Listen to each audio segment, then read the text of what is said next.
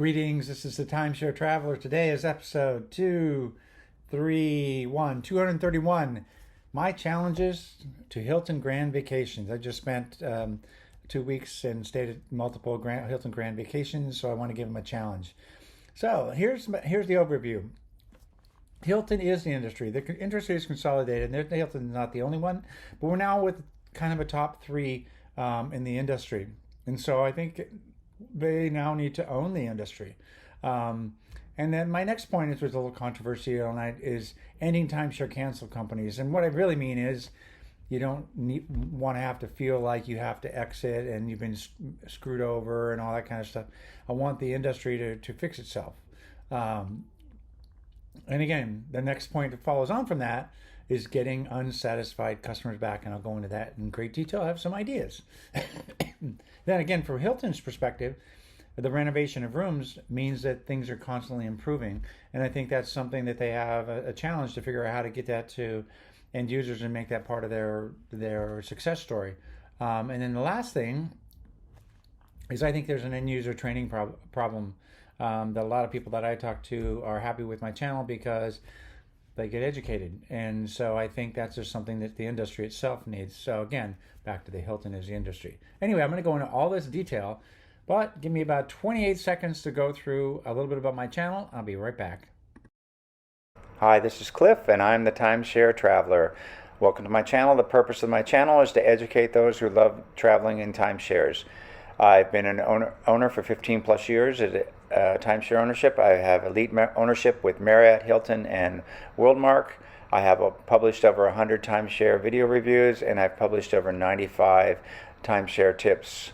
I can be found on Facebook at Timeshare Trav, at Twitter, Timeshare Trav, and on the web at www.timesharetraveler.com. I'm back. So here's my point about Hilton is the industry.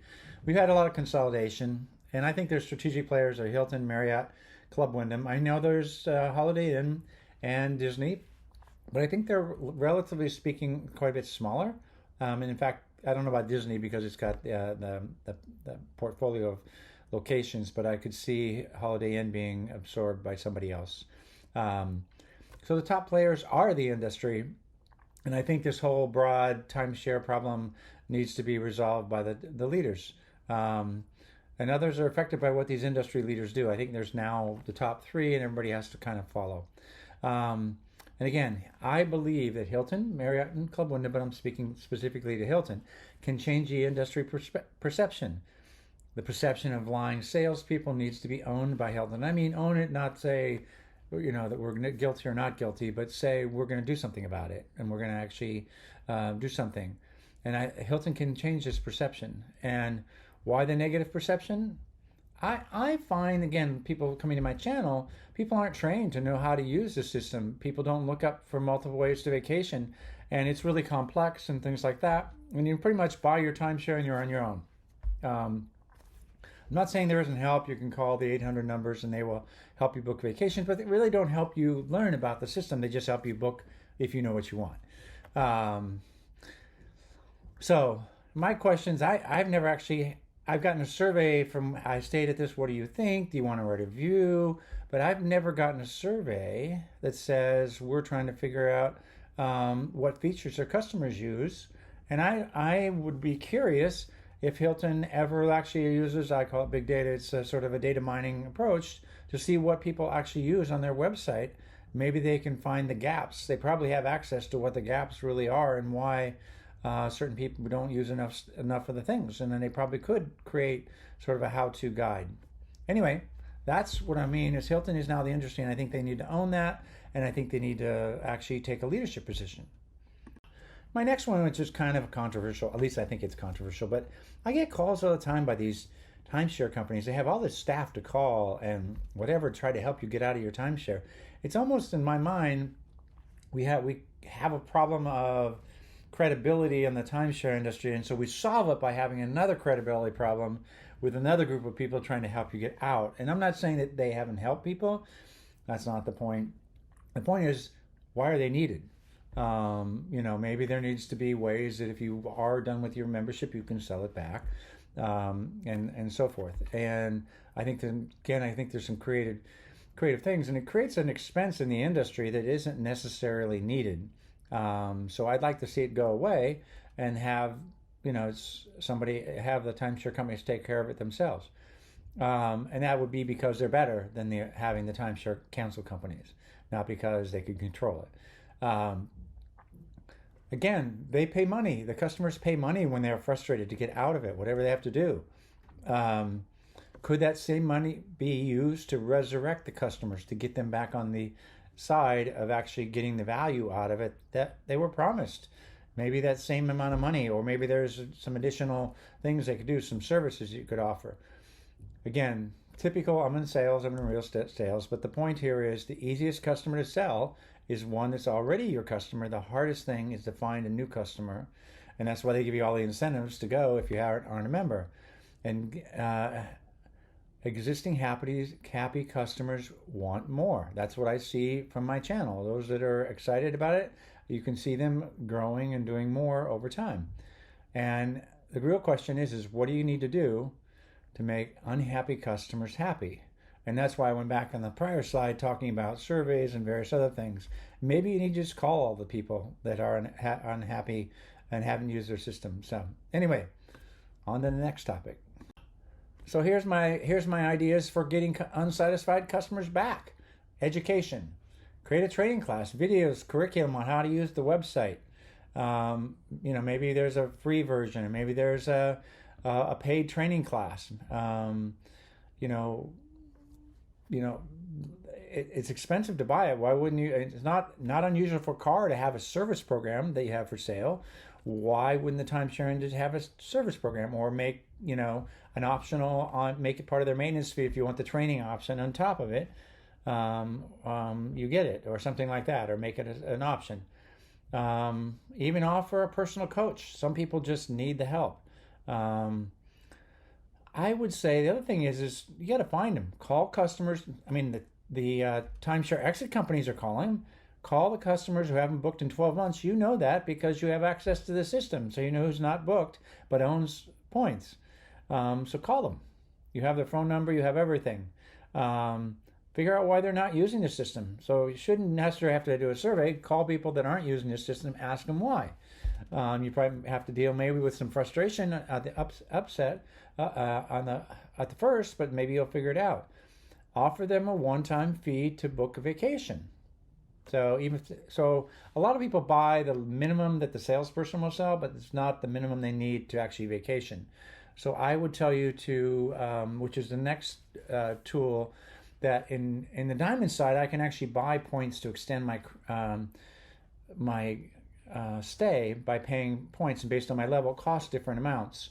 And that was on 2022 something that was going to be on the Hilton side, but I haven't seen it in the current benefits or benefits on the way.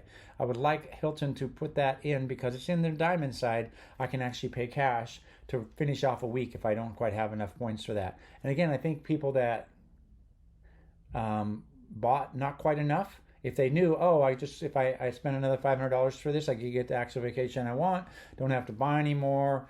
I might want to buy more if that's all I have to do. I think that people would be okay with that. And again, I think that's part of Hilton taking a leadership role and actually finding out why it doesn't work and seeing what they can do, build programs to make unhappy customers happy.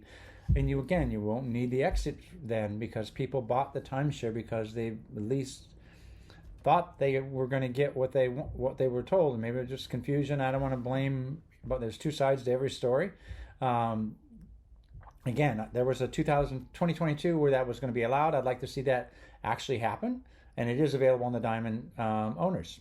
And another option, create a welcome back VIP light for a one bedroom, maybe an 8,000 pointish or some number like that, for around $1,000. It's kind of like a maintenance fee for a one bedroom, and offer that to the people who haven't booked for a year or 2 years. Pick a number and call those, and that's one of the things you offer them. Say, hey, we'd like to get you back to be enjoying vacations with us, and make that. And I think those kind of things is bringing the unsatisfied customers back into the fold is easier than finding a new one. I think Hilton's sitting on a huge asset, the renovation of rooms benefit. So I just stayed at one of the Ocean Tower in Waikoloa, and they had just opened up a new wing. Wow, those rooms were really nice. And if you watch the video, it's the one bedroom in the Ocean Tower that I just released a week ago, a week and a half ago. So that was to me, and they're doing a lot of renovations. They should have before and after images of every place they have done. There should be a big push because you're buying into Hilton and you know your vacations are going to get better and better and better as the rooms improve. That is the real estate strategy. You buy and fix it up. That's always cheaper than building new. So why not sell that as part? That's a big, huge asset I think Hilton has over the competition, is they're actively improving properties and making things better and better. Buying, renovating is cheaper than buying new. Permit process on new builds is cumbersome. It's been like 4 years to get the Maui Bay villas, and they've bought 2 companies in that same period and are renovating all the rooms. And they've got all these locations. So in the same process to take them to build one, they've got 2 companies they've purchased. And again, part of this is because the locations are filled up.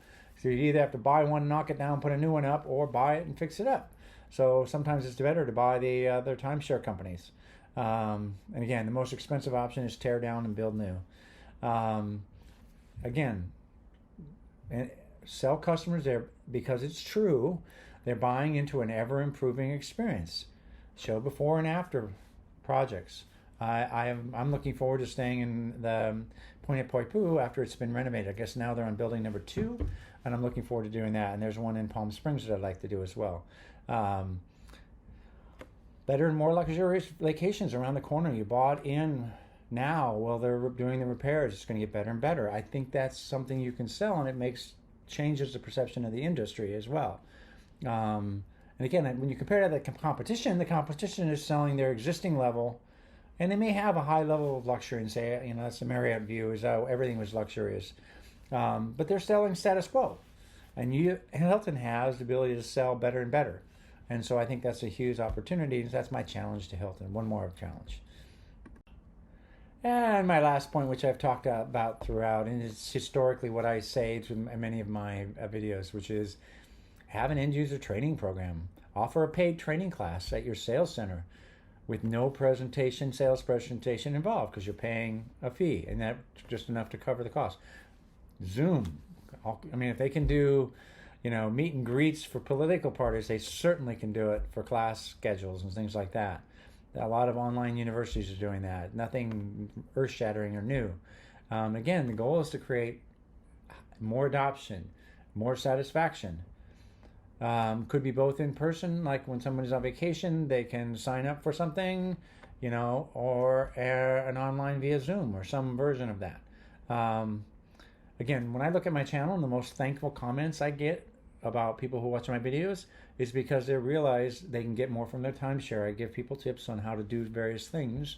I even show some screen scraping of how you actually do stuff. And I believe that the number one reason people subscribe to my channel is because they feel like they're getting knowledgeable. And hopefully this video is in of itself is helpful for you, just knowing what I'm challenging and why I think that's a possibility. And again, I provide a glimpse into what's possible with the timeshare. I live full-time in it, so I'm probably a little obsessive than most, but if I can do this and you can do just what you need, I think it's great. Anyway, I hope you love this video. Don't forget to give it a like, and don't forget to subscribe if you haven't already.